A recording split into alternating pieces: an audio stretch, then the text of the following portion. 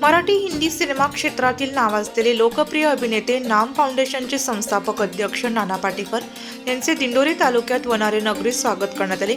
यावेळी दिंडोरी तालुक्यातील पश्चिम भागातील मांजारपाडा देवसाने प्रकल्पसह विविध वन योजना पाणी प्रकल्पाची पाहणी करण्यात आली। नरहरी झिरवाळ फाउंडेशन तर्फे कृषीभूषण पुरस्कार प्राप्त व विविध क्षेत्रात उल्लेखनीय काम करणाऱ्या भूमिपुत्रांचा यावेळी सन्मान करण्यात आला। सरपंच वनारे ग्रामपंचायत दीपक झिरवाळ, युवा नेते गोकुळ झिरवाळ यांनी आलेल्या मान्यवरांचे स्वागत केले।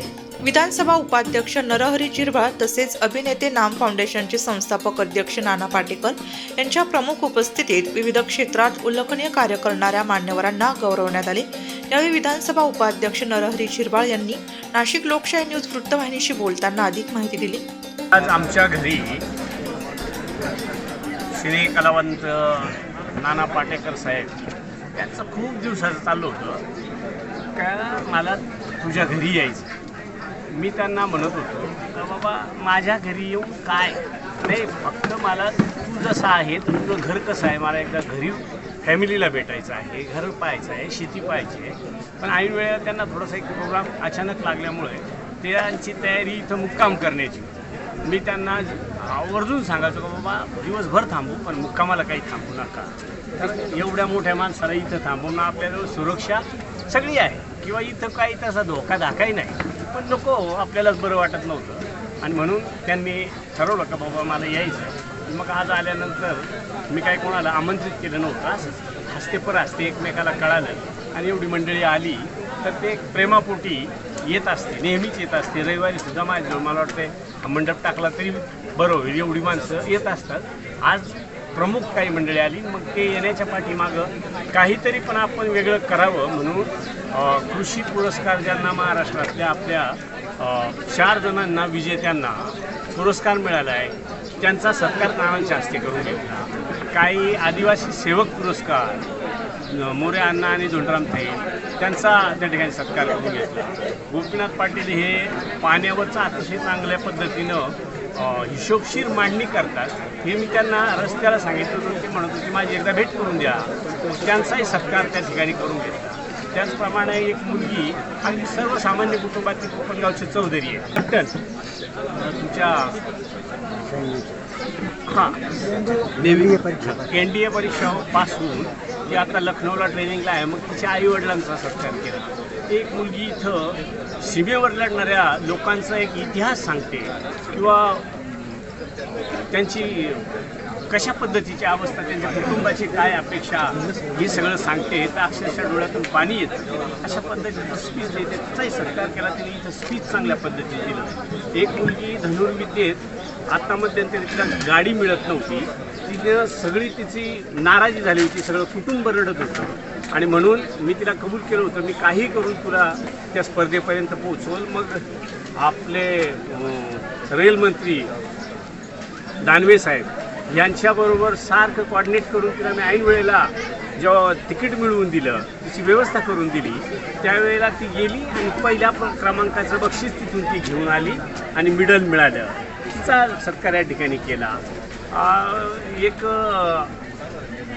मुलगा आहे स्टार गायन करतो मिथून म्हणून, तो आदिवासी समाजाचाच आहे, अतिशय स्वरज्ञानी असलेला पोरगा, त्याचा स्वागत या ठिकाणी नानांच्या हस्ते केलं। त्याचप्रमाणे आपल्या दिंडोरी तालुक्यातील जवळके दिंडोरी इथली शाळा मुख्यमंत्री आदर्श शाळा म्हणून त्यांनी स्पर्धेत भाग घेतला, तर राज्यात काल त्यांना मानांकन मिळालं, 35 लाख रुपये त्यांना मिळालं। त्या लोकांचा या ठिकाणी पुरस्कार जो काही मिळाला तिकडं त्यांचा सत्कार आपल्या घरबसल्या आपण घरीच त्यांना त्या ठिकाणी दिला।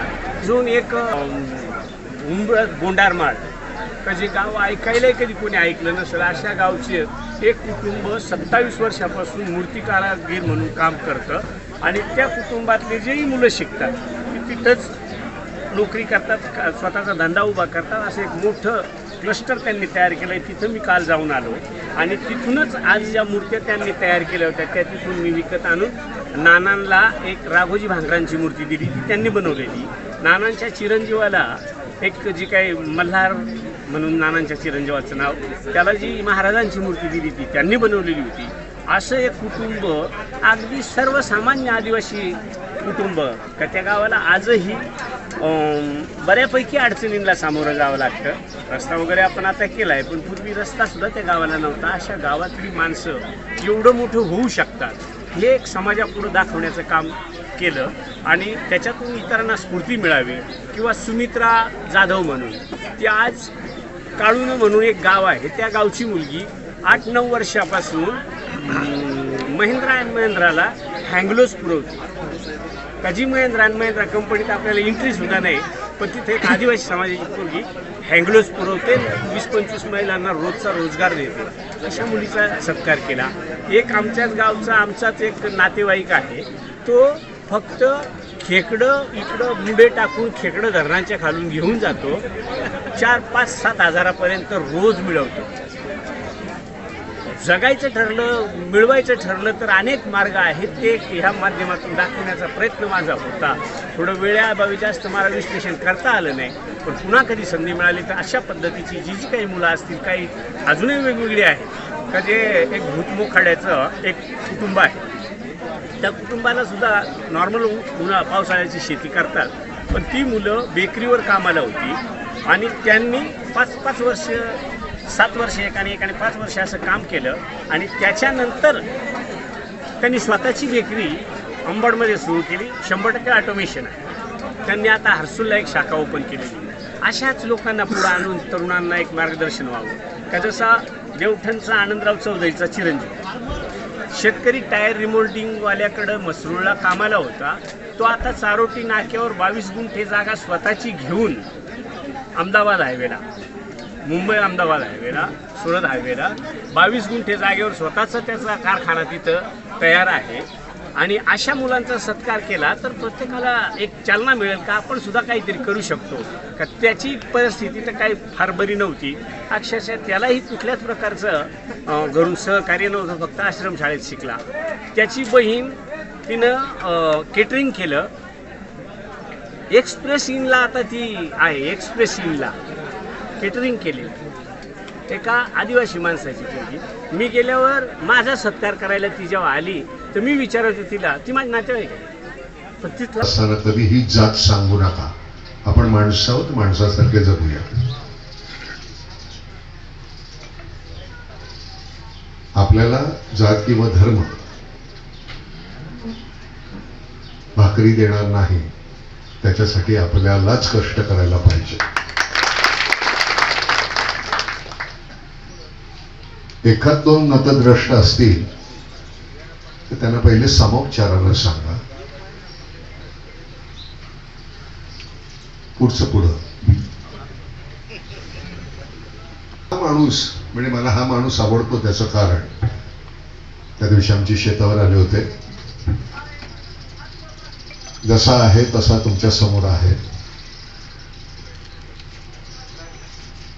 अजून ह्या माणसाची नाळ तुटलेली नाहीये.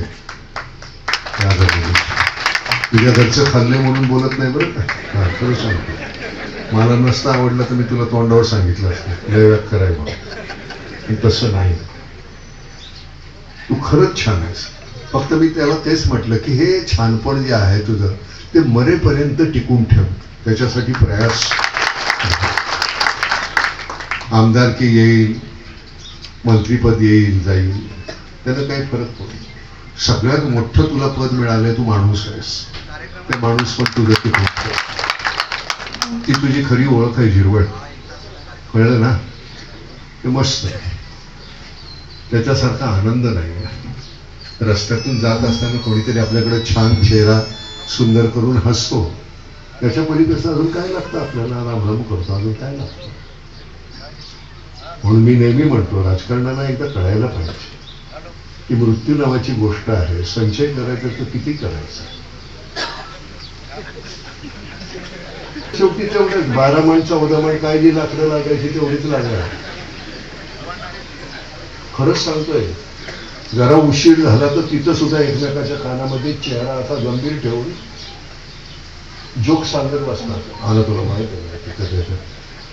आणि मग नंतर भाषण करायला लागल्यानंतर इतका माणूस काय होता, या माणसानं समाजासाठी अमुक केलं तमुक केलं, आणि जाताना त्याच्या आईला गेला म्हणून चांगलं बोलावं लागलं, तर तुला सांगतो एक नंबरचं ग्लास असं ते जाताना त्या चर्चा. आपल्या मागे आणि आपल्या तोंडावर छानच माणसं बोलतील असं वर्तन राहिलं ना की त्याच्या पलीकडे आयुष्यात काही नको आहे. एक सामान्य चेहरा घेऊन मी नाही का 50 वर्ष या इंडस्ट्रीमध्ये आहे आणि ते केवळ मी छान करायलाच पाहिजे तर मग तुम्ही ते सिनेमा बघायला येणार, नाटक बघायला येणार. तर माझ्यातलं छानपण काय आहे मी तुम्हाला खरं सांगू का, आत्ता मगाशी मी कंटाळलो होतो, फार मोठा प्रवास मेलेन कावलं होतं, त्याच्यावर म्हटलं अरे किती वेळ झाला. पण इथं आल्यानंतर ही गर्दी पाहिल्यानंतर म्हटलं नाही, आमच्या एकासाठी आम्ही दोघांना तुम्ही इतक्या वेळ थांबलेला आहात. आज काय होईल, 1 तास 2 तास उशीर होईल, तिकडे त्यांना सांगू आपण, पण हे मला पुन्हा कधी मिळणार. मी वाटे खरंच येत राहील. मला आता विवंचना नेमक्या कुठल्या आहेत त्याच्यासाठी काही मंत्री किंवा आमदार व्हायला पाहिजे असं नाही. की ह्या विवंचना समजून घेण्यासाठी नाम फाउंडेशनच्या माध्यमातून इथे वारंवार मला यावं लागेल.